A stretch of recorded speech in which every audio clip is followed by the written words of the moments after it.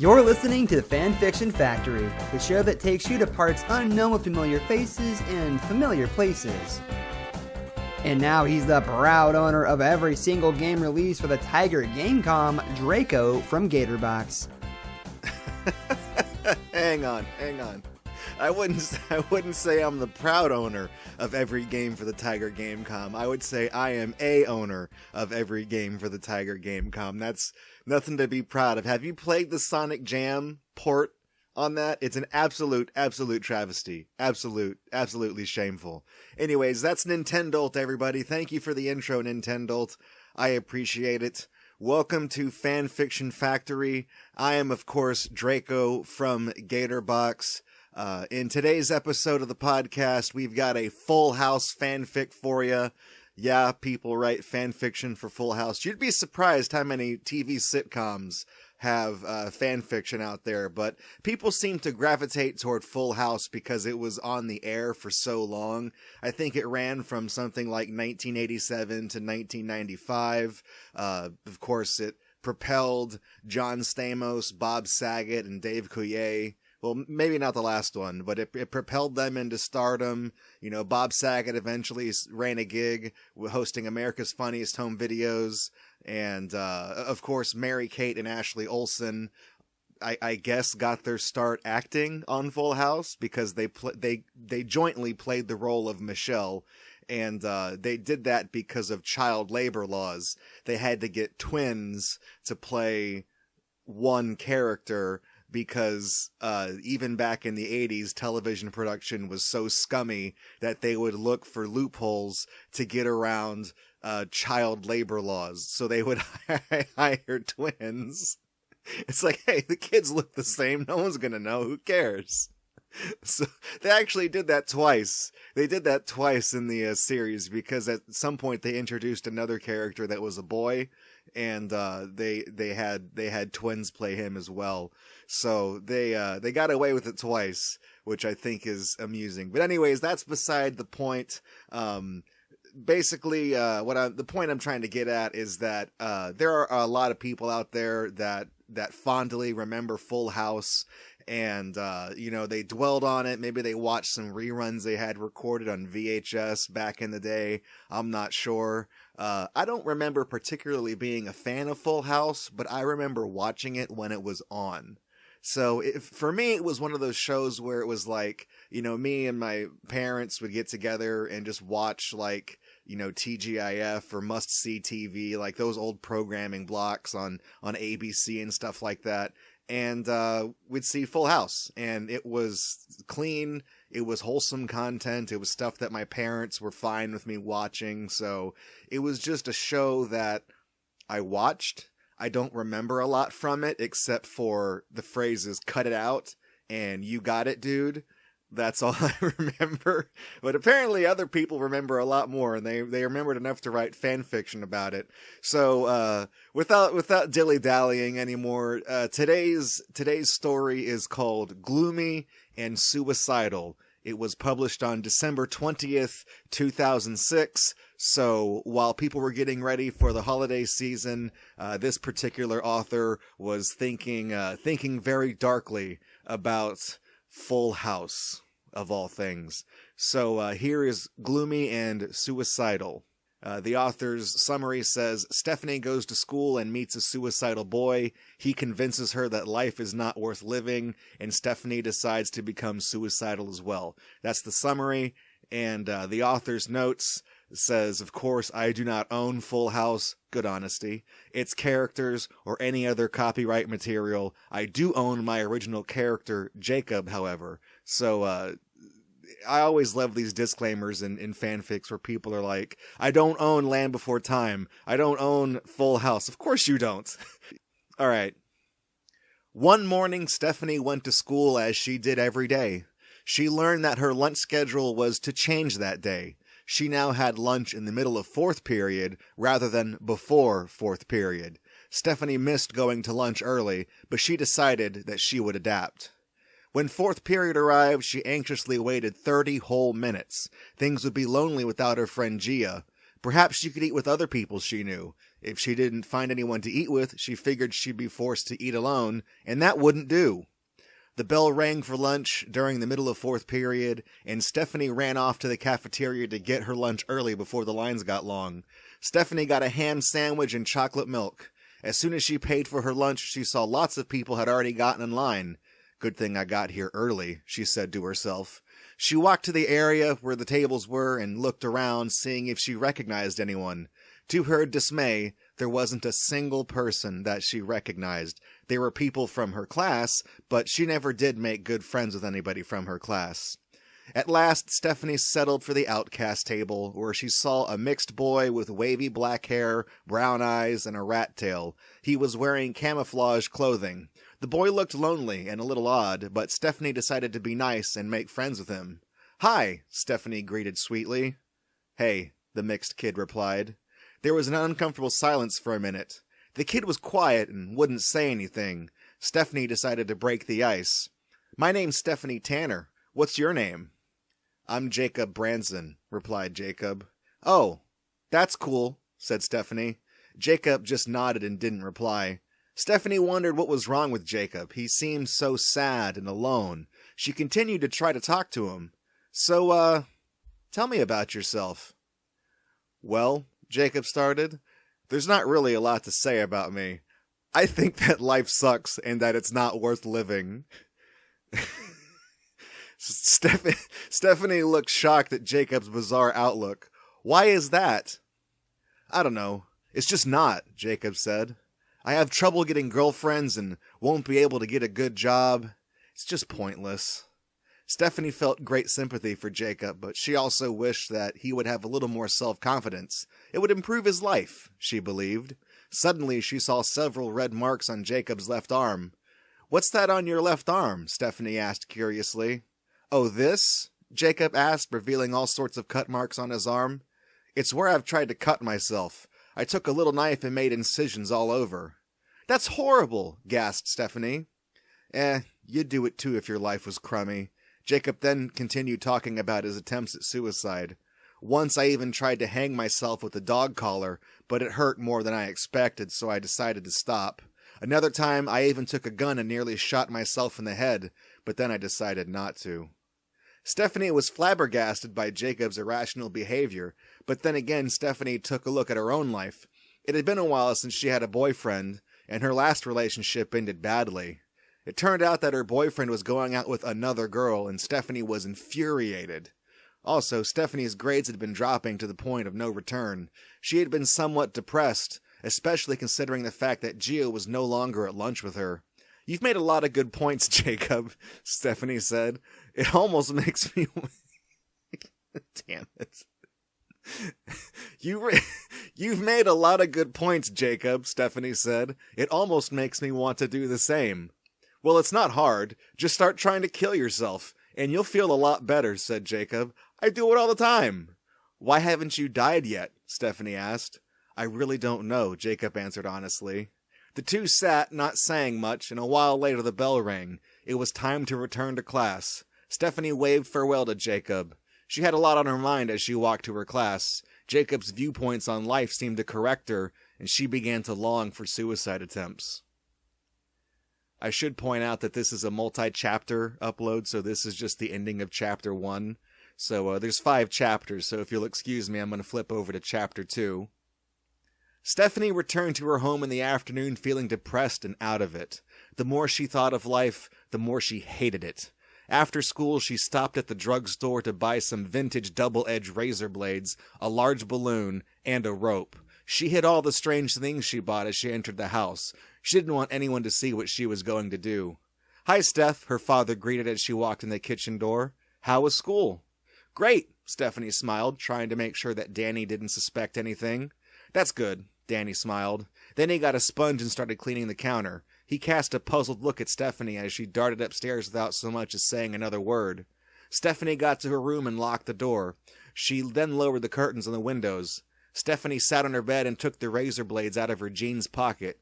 Carefully, she cut deep incisions into her arm. "Eeh!" she cried as she cut herself, but she still proceeded anyhow. She cut her arm about a dozen times before stopping. By the time she quit, there was blood all over her razors and blood poured out of her arm. There was even a lot of blood on the bed. It was a very horrible sight. Stephanie then took the balloon she bought. She then carefully untied the knot at the end of the balloon and put the opening to her nose. Carefully controlling the flow of the helium, Stephanie inhaled the helium slowly and carefully. Almost instantly, she felt very strange, and she figured that she would do the ultimate trick before it was too late. She got on her bed with her rope and tied it to the light fixture. She then tied a noose and stuck her head in it.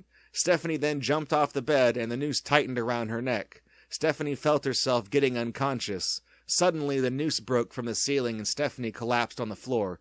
She was still alive, but she had been knocked unconscious. Then Danny knocked on the door. "Stephanie? Stephanie, are you okay?"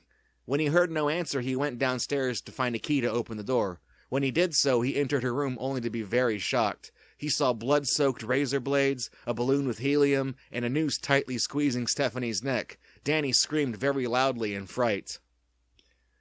Alright, that's Chapter 2, so let's go ahead and turn the page to Chapter 3. The next thing Stephanie realized, she was in the hospital. She woke up to see her worried family staring at her. "She's waking up," Danny said to the others. He then turned to Stephanie. "Stephanie, what happened?" Stephanie wasn't quite sure that she was ready to tell her family that she was trying to kill herself. Stephanie started, "I was playing with that balloon and it got caught on the light fixture. I used the rope to climb up to get it, but I fell down on some razor blades, which happened to be nearby." Danny seemed to actually buy the story, as well as the other members of the family. DJ, however, appeared skeptical to Stephanie's story. She didn't say anything to get her in trouble in front of her family, but she planned to talk to Stephanie later. "I'm so glad that you're going to be alright, Steph," Danny said. "I don't know what we'd ever do without you." "Without me?" Stephanie thought inside her head. "I don't think I'm that important to them. I'm not that important anyway. I need to try to kill myself again when my family isn't around. Maybe I should go see Jacob again for some more advice. Then again, he's never successfully killed himself. Still, he knows more about suicide than I do." A few weeks later, Stephanie was discharged from the hospital and had to go on antibiotics to ensure that she did not get an infection from the razor blade cuts. When Stephanie returned to her room, she found that her precious razor blades were still on the floor. She quickly gathered them up and put them in the top drawer of her nightstand so that nobody would throw them away. She planned to use them again at another date. The next day, Stephanie went to school. She was dying for her first few classes to pass quickly so she could go to lunch. She wanted to meet Jacob again and ask for some more suicidal advice. When lunchtime finally did come, Stephanie got a lunch and sat with Jacob. "Hey, Stephanie," said Jacob. "Hi, Jacob," said Stephanie. "There was one time a few months ago when I tried to suffocate myself with a plastic bag to see if I could make it unconsciously to the spiritual world. Unfortunately, the bag leaked air and I did not seal it to my face with duct tape, so it didn't really work," Jacob said. Stephanie started to comment, but Jacob interrupted her. "Also, something I plan to do in the near future is dyeing myself black and shaving my hair. I'll go up to black people and throw insults at them." What?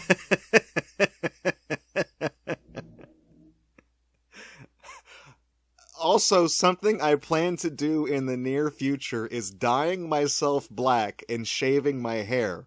I'll go up to black people and throw insults at them. Then, the next day, I'll come back and those guys that I insulted won't know that it was me. By doing that, I'll get more confidence." Sorry. You know, we vet these stories ahead of time, but sometimes stuff just comes out of left field that you're just not expecting. Anyways. "Okay," Stephanie said. Although Jacob had convinced her to be suicidal, Stephanie still thought that Jacob was moronic at times. Then she remembered that she wanted Jacob to give her some suicide hints. Jacob, I tried to commit suicide a few weeks ago. I inhaled helium, cut myself with vintage razor blades, and even tried to hang myself. I ended up in the hospital. I want something that will work for sure." "I'll bet you just weren't doing any of those things correctly," Jacob pointed out. "But if you want to die quick and fast, then just starve yourself. Don't eat or drink a single thing. Within days you won't be around. It will be a slow and painful death, said Jacob. He literally just said, if you want to die quick and fast. And then he says it's slow and painful. I swear to God, this story. Stephanie was really enlightened by Jacob's knowledge. Thanks a bunch, Jacob, said Stephanie. She started to eat the food on her tray when Jacob slapped her hand. No eating means no eating, and that starts right now, Jacob insisted. Okay, Stephanie said. Jacob settled down when he told Stephanie a story. You know, Jacob reminisced, last year I almost came to school with an M60 and shot everyone to death. Stephanie's eyes widened. Why? She asked. This teacher, Mrs. Mell, gave me a 0 on my English paper. I did everything correctly, but she kept insisting that I did everything wrong. My average was a 70, but it dipped into the failing range. I was so furious that I wanted to shoot that bitch till she was dead. But then my mom intervened when she found out about my low grade. We went to talk to Mrs. Mell and she raised my grade. My average put me in the clear. But if I failed that class, everyone here would be in great danger, Jacob said. He seemed both angry and proud of himself at the same time. Stephanie's eyes were wide open and full of shock. Jacob was truly a maniac. Maybe she shouldn't have been trying to kill herself. Instead, she thought it might have been a better idea to help Jacob with his issues. Right now, though, she decided that she didn't want to sit with Jacob. I'll be right back, Stephanie said. She got up, threw her lunch away, and ran off. And that's the end of chapter 3. So a little jingle plays. Turn the page. We move on to chapter 4. When Stephanie got home, she decided to talk to DJ about Jacob. She knocked on her door. Come in, DJ said. Stephanie entered. Deej, I've got to talk to you about something, said Stephanie. I figured you did, said DJ. Well, I was trying to kill myself that time a few weeks ago, but it was because this maniac persuaded me to do it. His name is Jacob Branson, and he is suicidal. He's done a lot of crazy things. He's tried hanging himself with a dog collar, cutting himself, and suffocating himself to see the spiritual world. Even stranger is that he wanted to dye himself black and shave his hair so he could speak confidently to other people. And he once considered coming to school with an M60 to shoot everyone, Stephanie said with concern. I knew you were faking your story in the hospital, DJ smirked. I just can't believe that Dad bought it. Should I tell Dad? I think you know the answer to that, Steph, said DJ. And what do I do about that Jacob? Stephanie asked. Tell Dad, a counselor, or somebody that can help Jacob get over his problem, said DJ. Okay, thanks. Stephanie smiled and gave DJ a warm hug. She then left and went downstairs to talk to her father. He was in the kitchen mopping the floor. Hi, Dad, Stephanie said. Hey, Steph, what's up? Danny asked. Well, Dad, Stephanie sighed. It took her a second to get the guts to tell him what she had been doing. The real reason why I got hurt wasn't because of an accident. It was because I was trying to kill myself. Kill yourself? Gasped Danny. Steph, that's horrible. Why would you do a stupid thing like that? I don't know, Dad. It was a very stupid thing for me to do. You can say that again. Why didn't you come to me if you felt bad? Well, I guess I was just too influenced by Jacob to talk to you. I guess I just wanted to do my own thing. Jacob? Who's Jacob? Danny asked. Jacob Branson. He's this boy that I sit with at lunch. He's suicidal and has done a lot of very crazy things. Once he even considered coming to school and shooting everyone down. Oh dear. This is not good, Danny said. I've got to alert the school immediately. Something has to be done about Jacob. Thanks, Dad. I'm sure he'll benefit from the help he gets, Stephanie said. Not so fast, Danny said. You're grounded for a month for trying to kill yourself. I really thought I could make it through that sentence without laughing. You're grounded for a month for trying to kill yourself. Stephanie started to complain, but instead she decided that such a punishment was just. Okay, Dad, she said, giving him a hug. Danny then went to the phone and called the school to talk about Jacob. That marks the end of chapter 4, so let's just click the next button and go to chapter 5. A month had passed since the school had been enlightened to Jacob's true nature. Immediately he was given ISS for conspiracy against the school. He was also put into counseling for his other psychological problems. Stephanie was glad, for she knew that Jacob was finally getting the help he needed. Those of you, this is a side note, those of you who might not be aware, ISS stands for in-school suspension. It's basically going to detention, but during school hours, not after school. Because Jacob had spent so much time in ISS and counseling, Stephanie rarely ever saw Jacob. Whenever she did, though, he was too far away for her to talk to. One day, however, their paths crossed once more. Stephanie walked down the hallway and she ran into Jacob, who just came out of the counselor's office for a session of counseling. "Hi, Jacob," said Stephanie. "Hello," said Jacob. "Listen, I know that your dad called the school about me." "What?" Stephanie gasped. "What are you talking about?" She didn't want Jacob to get mad at her. He might even hurt her the way he would have hurt everyone in school. "Don't deny it, Stephanie." "Don't worry about it," said Jacob. Stephanie looked surprised. Jacob didn't seem mad. "I'm glad that I got counseling. I feel so much better about myself." "Gee, thanks," Stephanie said. "You're welcome. So when do you get out of counseling and ISS?" "Well, I get out of ISS next week, but I still have to go to counseling for off-and-on sessions just to make sure I don't relapse," said Jacob. "Next week is when the dance is," Stephanie said. "Why don't you be my date?" Jacob was awestruck. Nobody had ever been his girlfriend before. "Yes! Thank you!" exclaimed Jacob. "I'd love to! Finally, stuff is working out right." A week later, Stephanie and Jacob went to the dance together, and they had lots of fun together, and even kissed. Since then, the two were boyfriend and girlfriend. Stephanie was glad that she met Jacob, as she helped him with his problems. She really liked Jacob, too. She thought the two would make a wonderful couple. Her encounter with Jacob would be one of the more memorable moments of her life. The end.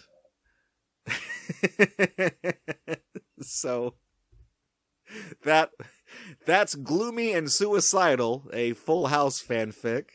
I've gotta say, that's a real roller coaster of a story, I tell you what. Stephanie, it takes all of one conversation to convince Stephanie to try to kill herself, and then she completely botches it. And the funniest part is you're grounded for a month for trying to kill yourself. Of course, there were other parts in the story where I started laughing just because of the absurdity of it. Like, this person dyeing himself black and insulting black people. Like, what? Where did that come from? That's just out of nowhere. I mean, this story already came out of left field, but again, and much like last episode where we talked about the dinosaur train story, about how well it was written. Like I said, I don't mean to say it's well written in that this is, this is a solid A+ story. It's just the person who wrote it followed. There's no misspellings. Everything is capitalized. Everything, there's proper punctuation. It's written by somebody competent, and that's what's kind of frightening, I guess, or surprising. I'm not sure. These are the kinds of stories that I would expect to read and intentionally mispronounce words because they're spelled wrong. But this I don't want to say this seems like it could be an episode of the show, but if they tone down the suicidal stuff, like if they just had a problem child that Stephanie met at lunch and then they get him counseling or whatever, like I could see that being an episode of Full House. Not so much the suicide part or the fact that this kid could have been a Columbine shooter, but they get together at the end. Like, really? I wouldn't date that person. I would feel good that I helped them out with their problems. I'd be like, hey, glad you're on track. Glad you're getting clean. But I wouldn't want to date someone like that, knowing that they've not only tried to kill themselves, but daydreamed about the thought of bringing a gun to school and shooting everyone up. I would stay very far away from that person. That's just me. I don't know. Maybe somebody out there would like to date severely damaged goods like that, but I'm like, hey, look, you got to draw the line somewhere. I'm fine, having a partner who has, emotional problems. Lord knows I've got my own. But I don't think I'd date someone who just fantasized about hurting people. So Let's check the comments because there's actually quite a few for this story. Let's see if there's anything good in the comments section. So there's somebody who points out whenever Jacob talks about quick and painful death is starving yourself, somebody leaves a comment saying, "Lawler skates, dying of hunger is a slow, painful death. Your body literally eats itself to try to stay alive. Quickest way to die? Oh dear, this story is incredibly misled." Another comment says, "This story is great. I think it has a great lesson too. It rocks and was very well written. Stephanie was very out of character, but other than that, the story was great. Good job. Hope you plan to write more." There's another comment that's left on the story that just says, "I'm sorry, but this was a little bit of a confusing story. No depressed maniac would change that quickly." So he gets the gold star for, most correct comment in the comment section. Here's what we're all thinking while we were reading this.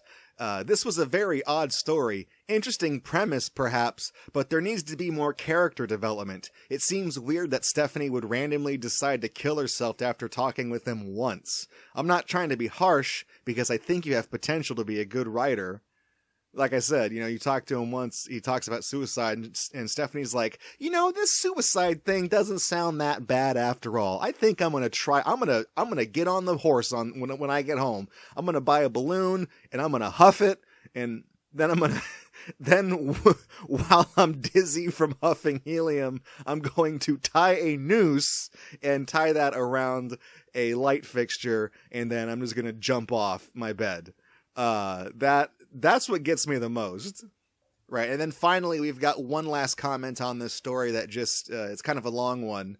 "I'm sorry, but this just wasn't that good. The writing was, but the story is awful. First off, why would Steph want to kill herself after just one talk? Second, what was up with Stephanie's family just believing her? Her excuse was the dumbest excuse made-up story that I've ever heard. Nobody would actually believe that. It doesn't even add up. She just happened to have razors in her room? Also, how come DJ was the only one who knew? Third, the part about black people was just weird." Danny would not be so nonchalant about Stephanie's attempted suicide. He just grounded her and that's it. No emotional response or nothing.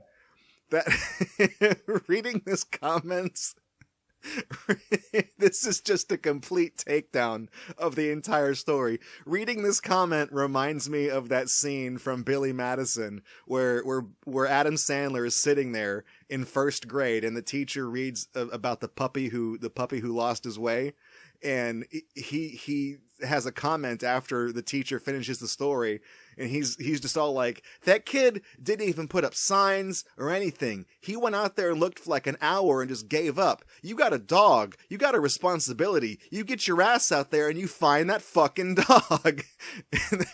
This is kind of this comment gives off the same vibes as that scene, which is why I think that's the best comment out of the whole comment section. It's also the most recent one, so there's that. 14 years after the story was published is when we got that comment. So that just goes to show you that even though these stories are really, really old, there's still people that browse fanfics that dig pretty deep to see if there's anything good that's, buried under the weight of time. And, people still gravitate towards old fanfics and read them. That's one of the things I like to do on this podcast is I like to find old fanfics that have been mostly lost to time and bring them back out into the spotlight. So, this is a story from 2006 that I took and presented to you just now in 2022. And eventually it'll get buried again because this podcast will eventually be lost to the sands of time. But for a moment, Gloomy and Suicidal has its time in the spotlight one more time. So that's all I really have to say about it. It was an interesting story, to say the least. I think it was very well written, but the scenario was completely insane. And this is just the type of stuff that we love here at Fanfiction Factory. We love weird fringe stuff that just goes off the chains. we did use our usual opening music for this, and we're going to use the same closing outro music, but I really wanted to use the Full House theme. But I know if we did that, we would probably get copyright flagged, and I don't know how that works on Spotify. I mean, I know how it works on YouTube. We get demonetized, but I don't care because I don't make any money from YouTube anyway, so who cares? But I don't want to piss off the powers that be at Spotify. So that's going to do it for Fanfiction Factory. This time, I've been your host, Draco from Gatorbox. Thank you so much for tuning into the podcast. I really appreciate it. If you'd like to hear more, you can hear our backlog of episodes right here on Spotify. We've got only a couple. This is only our third episode. But if you'd like to give us feedback, you can't leave comments on Spotify things, but you can leave comments on YouTube videos. So if you search up Fanfiction Factory on YouTube, you'll find the podcast there as well. And you can, of course, give us some feedback if you'd like to leave us comments, positive or negative. How we can improve the show, what you like, what you don't like. We're just kind of learning as we go, as we record these. So it's just one big learning experience. So once again, thank you for tuning in. I'm Draco from Gatorbox, from Fanfiction Factory, signing off. Fanfiction Factory is a production of Gator Company. To support the podcast, please visit patreon.com/Gatorbox to make a pledge today. Thank you for listening, and we'll see you in the next journey.